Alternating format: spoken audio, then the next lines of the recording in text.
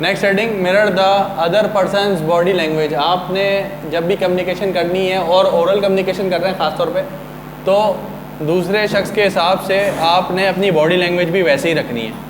आपने अलर्टनेस का मुजाहरा करना है, लेज़ी एटीट्यूड नहीं दिखाना है, ताकि स्पीकर को पता चले कि लिसनर उसकी बात सुन रहा है, और लिसनर भी यही चाहेगा कि स्पीकर जब भी बात करे तो फुल अलर्टनेस के साथ बात कर रहा हो।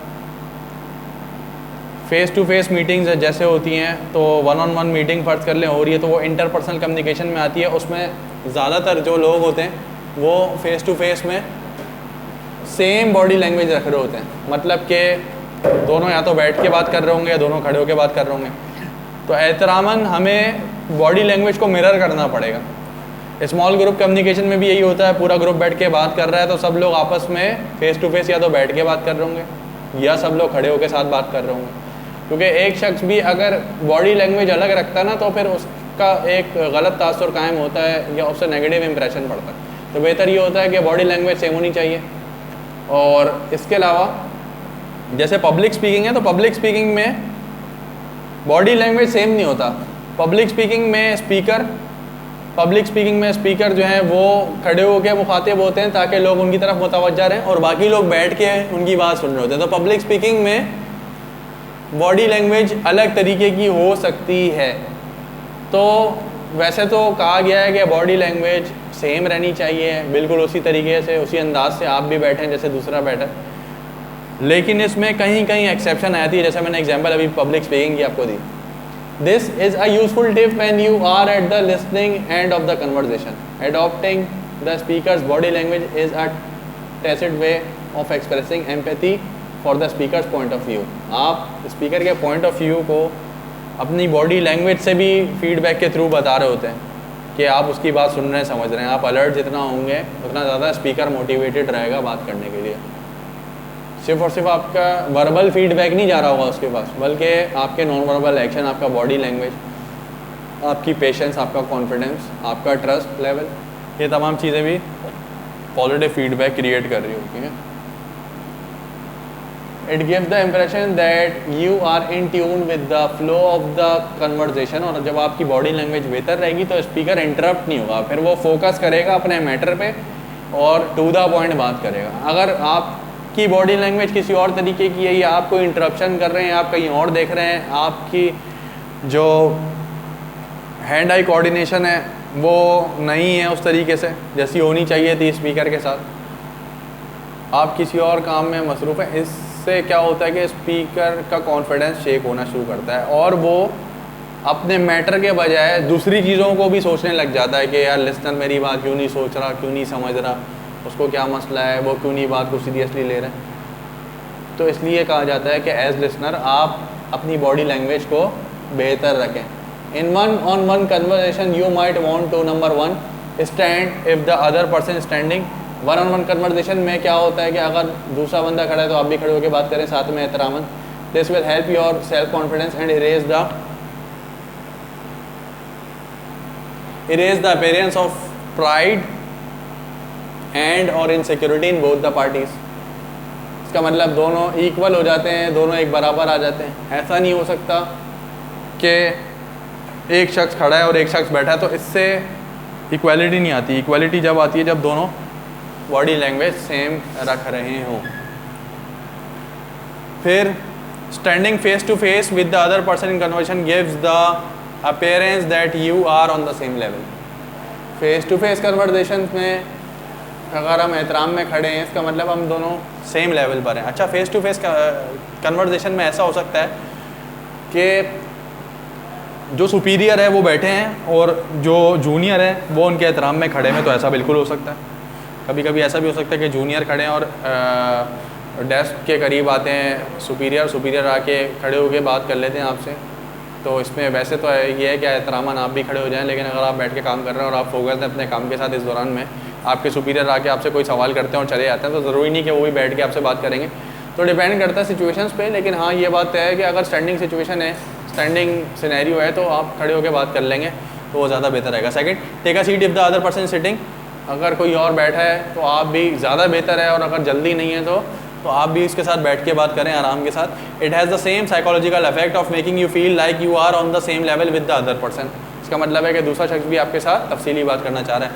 Third, watch out for other non verbal cues like facial expressions, relax or tense, postures and voice pitch.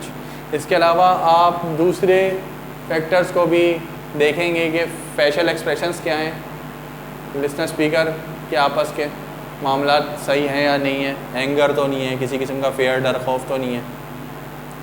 Voice pitch एक बराबर होनी चाहिए. धीमा लहजे में आप बात कर रहे हैं तो दूसरा बंदा भी धीमे लहजे में बात करे आपके साथ, तो ये ज़्यादा बेहतर रहेगा. बॉडी लैंग्वेज के अलावा ये जो दूसरे एक्सप्रेशन हैं ये भी साथ देने चाहिए. Do not engage in other activities. अच्छी कम्युनिकेशन के लिए ज़रूरी है कि आप एक वक्त में एक काम कर रहे हो, मल्टीटास्किंग ना करें. अगर आप किसी की बात सुन रहे हैं तो पूरी तवज्जो के साथ उसकी बात सुनेंगे, इस दौरान में आप कोई और काम ना कर रहे हो तो ज़्यादा बेहतर है. Multitasking during a conversation tells the other party that you do not attach much importance to other person and or his message and this could have a negative impact on your communication. कभी भी आप किसी की बात के दौरान में अपने काम को ज़्यादा अहमियत देंगे और उसकी बात नहीं सुनेंगे या कम सुनेंगे तो इससे एक मैसेज जाएगा, नॉन वर्बल एक मैसेज जाएगा, एक मीनिंग क्रिएट होगा स्पीकर के माइंड में. जो बात आपको बता रहा था कि लिसनर मेरी बात सही तरीके से नहीं सुन रहा या लिसनर किसी और चीज़ में ज़्यादा मशगूल है तो वो इतना ज़्यादा सीरियस नहीं है मेरी बात को लेके, तो इसके नेगेटिव इम्पैक्ट्स क्रिएट होंगे. You might also miss out important details in your conversation if you are not giving 100% of your attention. और अगर मैं मल्टीटास्किंग कर रहा हूँ, अगर मैं टाइपिंग भी कर रहा हूँ साथ में और मैंने फ़ोन कॉल भी अटेंड की हुई है तो या तो मेरी टाइपिंग मल्टीटास्किंग की वजह से कॉम्प्रोमाइज़ हो जाएगी या फ़ोन कॉल पे जो बात करना चाह रहा था वो कॉम्प्रोमाइज़ हो सकती है कि मैं क्या बात कर रहा था. तो मल्टीटास्किंग ना करें तो ज़्यादा बेहतर है. एक वक्त में एक काम कर लिया जाए तो वो ज़्यादा बेहतर रहेगा और आपकी 100% अटेंशन उसी तरफ रहेगी. If you are busy with a major task, you may postpone the conversation until another time when you will be able to give your undivided attention. अगर आप किसी काम में मसरूफ़ हैं और आपको फ़ोन कॉल आती है तो मल्टीटास्किंग करते हैं फ़ोन कॉल अटेंड करने से ज़्यादा बेहतर ये है कि आप अपना काम मुकम्मल करें, उनसे एक्सक्यूज़ करें जिसकी कॉल आई है कि मैं आपको कॉल बैक करूँगा बाद में जब मैं फ्री हो जाऊँगा, तफसीली बात करेंगे. और जब फ्री हो जाते हैं तो फिर आप उसके बाद फ़ोन कॉल करते हैं तो उसकी एक अलग वैल्यू होती है, आपने अलग से टाइम दिया, उसकी अटेंशन अलग तरीके की होगी, बात अच्छे तरीके से हो जाएगी. वरना आप जल्दी में बात करेंगे, आप मल्टीटास्किंग भी कर रहे हैं, आपके एरर्स के इम्कान दोनों तरफ हो सकते हैं. आप बोल कुछ और सकते हैं जो आपने बोलना नहीं चाहिए था, ऐसे आप टाइप जो कर रहे थे उसमें आप गलती कर सकते हैं. तो बेहतर ये कि एक वक्त में हम लोग एक ही काम अंजाम दे रहे हों. नेक्स्ट है, ये तमाम डूज़ एंड डोंट्स देखते हुए हम अपनी कम्युनिकेशन को बेहतर बना सकते हैं. कुछ बातें यहाँ पे टिप्स के तौर पे बताई गई हैं, कुछ यहाँ पे टिप्स ऐसी बताई गई हैं कि कौन सी बात ना करके आप बच सकते हैं एरर्स से या फ्लॉज से. तो इसके बाद है, be careful not to send toxic signals. परेशान कुन सिग्नल देने की ज़रूरत नहीं है और कोशिश करें कि परेशान कुन सिग्नल ना जा रहे हों. ये दोनों की तरफ से हो सकता है, ये स्पीकर की तरफ से भी हो सकता है और ये लिसनर की तरफ से भी हो सकता है. टॉक्सिक सिग्नल क्या होते हैं? टॉक्सिक सिग्नल का मतलब है बिटवीन द लाइंस कुछ मीनिंग्स होती हैं, मतलब बैकग्राउंड में कुछ मीनिंग्स क्रिएट हो रही होती हैं. कभी भी हम लोगों के वर्ड्स जो होते हैं सिर्फ वो मीनिंग क्रिएट नहीं कर रहे होते, उसके अलावा जो नॉन वर्बल एक्ट्स होते हैं वो भी मीनिंग क्रिएट कर रहे होते हैं. Number 1, glancing at your watch wall clock. बात करते हुए स्पीकर या लिसनर दोनों में से कोई अगर बार बार वॉल क्लॉक को देख रहा है, टाइमर को देख रहा है, अपनी रिस्ट वॉच को देख रहा है, इसका ये मतलब है कि वो कम्युनिकेशन में इन्वॉल्व ज़्यादा नहीं है, बल्कि उसको इस बात की ज़्यादा जल्दी है कि कम्युनिकेशन कब ख़त्म हो जाए या उसको कोई अगला टास्क परफॉर्म कर रहा है, उसकी शेड्यूलिंग वो अपने माइंड में कर रहा है और इंट्रापर्सनल कम्युनिकेशन पे जा रहा है और इंटरपर्सनल कम्युनिकेशन नहीं कर पा रहा है. तो ये बहुत ही बुरा तासुर समझा जाता है जब कोई वॉच को देखे या वॉल क्लॉक को देखे किसी भी कन्वर्सेशन के दौरान में. Second, tapping your foot fingers. इसका क्या मतलब निकलता है? I am getting bored, impatient, can't wait to get this over with. और ग्लांसिंग एट योर वॉच का क्या मतलब निकलता है? I really don't have the time to listen to you. या दूसरी सिचुएशन ये कि I have more things to do better than your conversation, ऐसे भी आप इसको कह सकते हैं। फुट फिंगर्स को टैप करना या अपने बॉल पेन को बार बार क्रेप करना, ये तमाम चीज़ें ये भी नेगेटिव इंप्रेशन क्रिएट करती हैं और इससे ये सिग्नल जा रहा होता है कि हम सीरियस नहीं है या फोकस नहीं है, हम अटेंटिव नहीं है। Third, answering calls and sending SMS। आप किसी से कन्वर्जेशन कर रहे हैं, इस दौरान में आपको कोई फ़ोन कॉल आती है, कन्वर्जेशन के दौरान फ़ोन कॉल नहीं अटेंड करनी चाहिए। या तो एक्सक्यूज़ करके जाएं और फ़ोन कॉल शॉर्टली अटेंड करके आएँ, क्योंकि आप अभी कमिटेड थे कन्वर्जेशन में, तो फ़ोन कॉल उसके बाद आइए, तो फर्स्ट प्रायोरिटी कन्वर्जेशन की होनी चाहिए। एक्सेप्शनल केसेस हो सकते हैं कि बहुत इंपॉर्टेंट फ़ोन कॉल है और आपको अटेंड करनी ही करनी है, तो वो अलग बात है। तो या तो आप फ़ोन कॉल को कट कर देंगे या तो फ़ोन कॉल रिसीव करके एक्सक्यूज़ करके जाएंगे, कन्वर्सेशन जिसके साथ आप कर रहे थे फ़ोन कॉल रिसीव करेंगे, उस पर थोड़ी बहुत बात करेंगे शॉर्टली, उसको दोबारा कॉल बैक के बारे में आगाह करके फ़ोन कॉल कट करें और वापस कन्वर्सेशन में आ जाएं और एक्सक्यूज़ कर लें कि मुझे फ़ोन कॉल आई थी और मुझे अटेंड करनी थी। लेकिन अगर दौरान गुफ्तगू हम ये काम कर रहे होंगे कि हम लोग किसी और की बात के दौरान में ही फ़ोन कॉल अटेंड कर लें, अब वो भी अपनी बात कह रहा है, उसकी बात भी हम सुन नहीं पा रहे हैं, फ़ोन कॉल भी अटेंड कर रहे हैं, मल्टीटास्किंग कर रहे हैं, तो इससे एक नेगेटिव इम्प्रेशन चले जाता है। इसी तरीके से SMS करना या कोई टेक्सटिंग करना या कुछ टाइपिंग करना, अब कोई शख्स आपसे आके बात करना चाह रहे हैं और आप टाइपिंग ही करे जा रहे हैं और आप उसकी तरफ देख भी नहीं रहे हैं, तो ये भी एक नेगेटिव जेस्चर बताता है। For a shifty eyes, I am not comfortable around you. Shifty eyes का मतलब है कि आई कॉन्टैक्ट मेंटेन ना करना।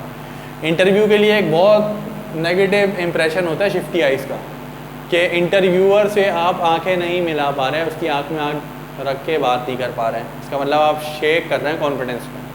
ऐसे इंटरव्यूअर अगर ठीक तरीके से बात नहीं कर पा रहा है और उसकी आई कांटेक्ट सही तरीके से मेंटेन नहीं हो रही, तो शिफ्टी आइज़ हमेशा ये बता रही होती है कि लैक ऑफ कॉन्फिडेंस है। ओके, उसके बाद इसका थोड़ा कंक्लूजन है। In the course of your daily activities you can not avoid some conversation that will make you a little uncomfortable. However, the key to getting through such awkward moments is outright sincerity and openness. रोज़ाना की activities में हम कहीं ना कुछ conversation को loose कर रहे होते हैं और अनकम्फर्टेबल होते हैं, कहीं बात करने के लिए, कहीं झिझकते हैं हम लोग, कहीं हम शाय होते हैं, कभी हमारे पास कॉन्फिडेंस नहीं होता कोई ख़ास बात करने के लिए। तो इस दौरान में जैसे जैसे आपकी कम्युनिकेशन स्किल्स बेहतर होती जाती हैं, आपके अंदर कॉन्फिडेंस आता जाता है और आप कभी भी अलग अलग मौज़ूआत पे बात कर सकते हैं, या आपके अंदर से डर खौफ ख़त्म हो जाता है, आपका एक्सपोजर बढ़ जाता है, आपका एक्सपीरियंस बढ़ जाता है, आप लोग दूसरों से बात करते करते ट्रेन हो जाते हैं, तो आपको अंदाज़ा होता है किस वक्त में क्या बात करनी है। कोई बहुत ही प्रेशर सिचुएशन है उसमें भी आप अच्छे तरीके से हैंडल कर लेते हैं उस सिचुएशन को। तो ये जैसे जैसे हम लोग आगे बढ़ते जाते हैं ज़िंदगी में, हम ये चीज़ें सीखते जाते हैं और हमारा दीन भी यही चीज़ें बता रहा होता है। दीन पे अमल करते करते, कुरान और सुन्नत पे चलते चलते हमें इस चीज़ का भी अंदाज़ा होता है कि हम लोग बहुत बेहतर तरीके से काम कर सकते हैं, बहुत फोकस वे में चल सकते हैं, हम गलतियाँ कम अज़ कम कर रहे होते हैं, आगे जाकर रिड्यूस कर लेते हैं गलतियाँ। When you have nothing to hide, you do not have to worry about sending out the wrong signals. लेकिन बेहतर ये है कि अगर हम कहीं गलती करें तो गलती को मान लें और साथ साथ कन्फ्यूजन से बचने के लिए अपनी गलती तस्लीम करते हुए रॉन्ग सिग्नल्स देने से बेहतर है कि हम दोबारा अपनी बात को जस्टिफाई कर लें या दोबारा करेक्शन कर लें। You also have to bear in mind that in dealing with negative situations you might have to employ some tact and diplomacy or go for outright confrontation depending on the peculiarity of the situation you are dealing with.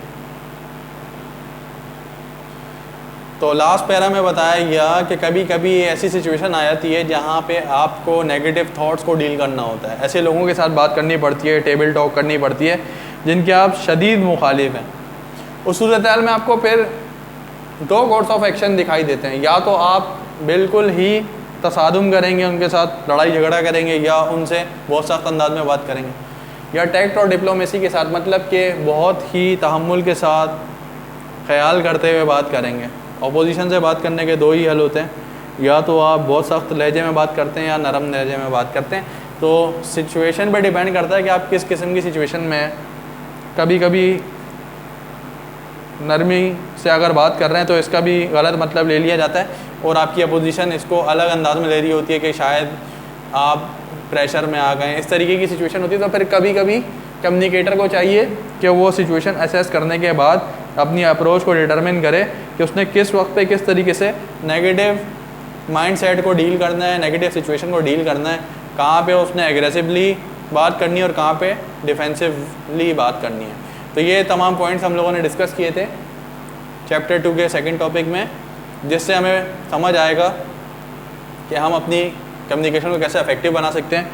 Exam में इसका question 3 से 4 मरतबा आ चुका है। जब भी इसका question आएगा, क्वेश्चन ओपन क्वेश्चन है, इसमें आप अपनी तरफ से अपना मैटर लिख सकते हैं, लेकिन कोशिश करेंगे कि जितनी भी बातें हम लोगों ने इस टॉपिक में पढ़ी वो भी इंक्लूड कर सकते हैं। इसके अलावा दूसरे चैप्टर्स से भी हम कुछ कुछ बातें लिंक कर सकते हैं, तो उससे ये फ़ायदा होगा कि हमारे पास थोड़ा ज़्यादा मैटर अवेलेबल होगा लिखने के लिए।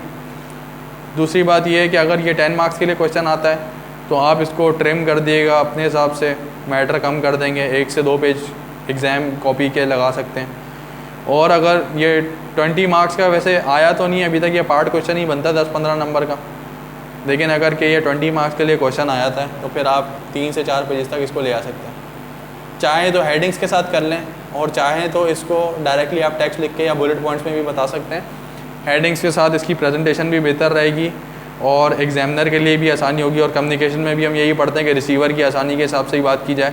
स्पीकर को चाहिए कि लिसनर की बात उस तरीके से उसको पहुंचाए जैसे उसको समझ आनी चाहिए, या राइटर इस तरीके से लिखे कि रीडर को बात समझ में आ जाए, तो राइटर असेस कर रहा होता है। बिल्कुल ऐसे ही आप एग्जामिनर को आसानी फराहम करेंगे तो आपको मार्क्स देने में आसानी करेगा।